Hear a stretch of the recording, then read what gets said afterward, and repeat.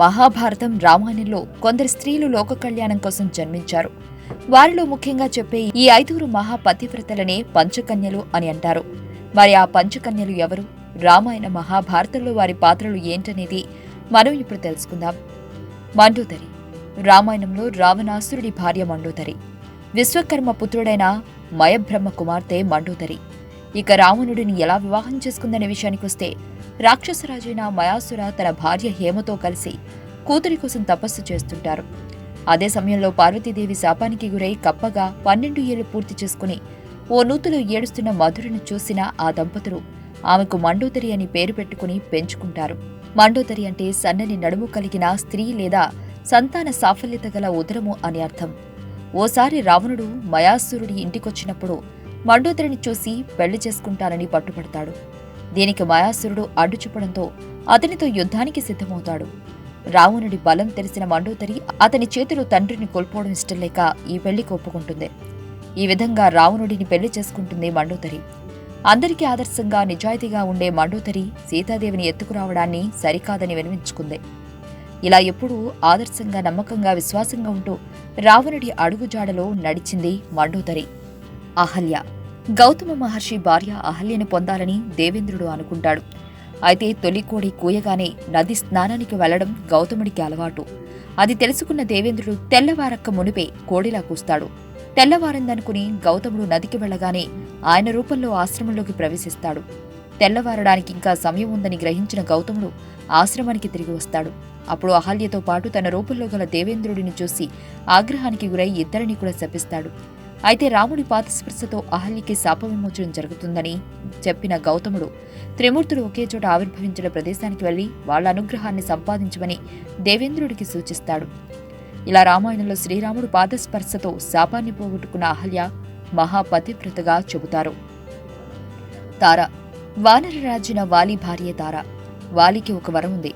తనతో ఎవరు యుద్ధం చేసినా వారిలోని సగం శక్తి కూడా వాలికి దక్కుతుంది.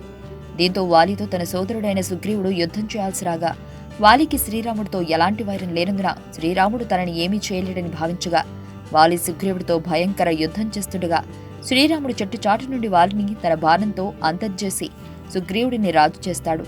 అప్పుడు వాలి భార్య తార తన భర్త మరణించాడు, తనకి కూడా మరణాన్ని ప్రసాదించమని శ్రీరాముడిని వేడుకుంటుంది. కుంతి. కుంతీదేవి విషయానికి వస్తే ఆమె చిన్నతనంలో దుర్వాసనుడు మహర్షికి సేవలు చేస్తుండేది. ఆమె సేవలకు మెచ్చిన ఆయన కుంతీదేవికి ఒక వరాన్నిస్తాడు. అదేంటంటే, నేను ఒక మంత్రాన్ని చెబుతున్నా, ఆ మంత్రాన్ని జపించి నీవు ఏ దేవుడిని పిలిస్తే ఆ దేవుడు వచ్చి నువ్వు అడిగిన వరాన్ని నీకు ప్రసాదిస్తాడని చెబుతాడు. ఇక కుంతీదేవి పాండురాజుని వివాహం చేసుకున్న తర్వాత తనకి సంతానం కలిగే మార్గమే లేదు అని విచారిస్తుండగా కుంతీదేవి తనకి ఉన్న వరం గురించి వివరించి ఇలా అంటుంది. పాండురాజా ఆ మంత్రం సహాయంతో నేను ఈ దేవుడిని ఆరాధించాలో చెప్పండి అని అడిగి వరం కారణంగా పంచపాండవులకు జన్మనిస్తుంది. ఇక కర్ణుడి విషయానికొస్తే కుంతీదేవి దుర్వాస మహర్షి ఇచ్చిన మంత్రాన్ని పరీక్షించాలని భావించి పెళ్లి కాకముందు సూర్యుడిని చూసి మంత్రం జపిస్తుంది. అప్పుడు సూర్యుడు ప్రత్యక్షమవుగా దుర్వాసురుడు ఇచ్చిన మంత్రం ఎలా పనిచేస్తుందో అని ఒకసారి ఉచ్చరించాను, అంతే తప్ప మరే ఉద్దేశం లేదన్నాడు. అప్పుడు సూర్యుడు ఇది దుర్వాసుడి మంత్రం యొక్క మహిమ వచ్చిన కార్యం పూర్తి కాకుండా తిరిగి వెళ్లకూడదు అని తన కిరణాల్ని కుంతీదేవి గర్భంలో ప్రవేశపెట్టి నెలలు నిండే వరకు రహస్యంగా కాపాడి పిదప కర్ణుడు జన్మించగానే ఒక పెట్టెలో పెట్టి నదిలో వదలమని చెప్పి బంగారపు నగలు ఉన్న బంగారపు పెట్టెనిచ్చాడు. అలా నీటిలో కర్ణుడిని వదలగానే అది కొట్టుకుంటూ వెళ్లి సూతుడికి దొరుకుతుంది. ఆ పెట్టెను తీసుకెళ్లి తన భార్య అయిన రాధాదేవికి ఇచ్చాడు. ద్రౌపది. ద్రుపదుడి రాజ్యాన్ని పాంచాలమని అంటారు. పాంచాలపు రాజ్యపు రాణి ద్రౌపది కనుక ఆమెను పాలించాలని అంటారు. అంతేకాకుండా ద్రౌపదికి యజ్ఞసేని, మహాభారతి, సైరాంధ్రి అనే పేర్లు కూడా ఉన్నాయి. 5గురికి భార్య అవడం వల్ల మహాభారతి అని పేరు ఆమెకొచ్చింది. ద్రౌపది తల్లి గర్భాశయం నుంచి జన్మించలేదు. ఆమె అగ్ని నుంచి పుట్టింది. అది కూడా శిశువుగా పుట్టలేదు, యుక్త వయస్సుతో పుట్టింది. ఈమె పాంచాల రాజు అయిన ద్రుపదుడికి అగ్ని ద్వారా జన్మించింది. అందువల్ల ఈమెను యజ్ఞసేని అంటారు. అయితే ద్రౌపది పూర్వజన్మలో 14 ప్రత్యేక లక్షణాలున్న వ్యక్తిని భర్తగా కావాలని శివుడిని కోరింది. అయితే అలాంటి 14 ప్రత్యేక లక్షణాలు ఒకే మనిషిలో అస్సలు లేవట. ఒకవేళ 14 మందిని పెళ్లి చేసుకుంటే తప్ప ఆమె కోరిక తీరదు. అలాంటి తరుణంలో ఈ 14 లక్షణాలు 5గురిలో ఉన్నట్లు శివుడు గుర్తించాడు. వారే పాండవులు. 14 లక్షణాలున్న 5గురు వ్యక్తులు నీకు భర్తలుగా వస్తారని శివుడు వరమిచ్చాడట.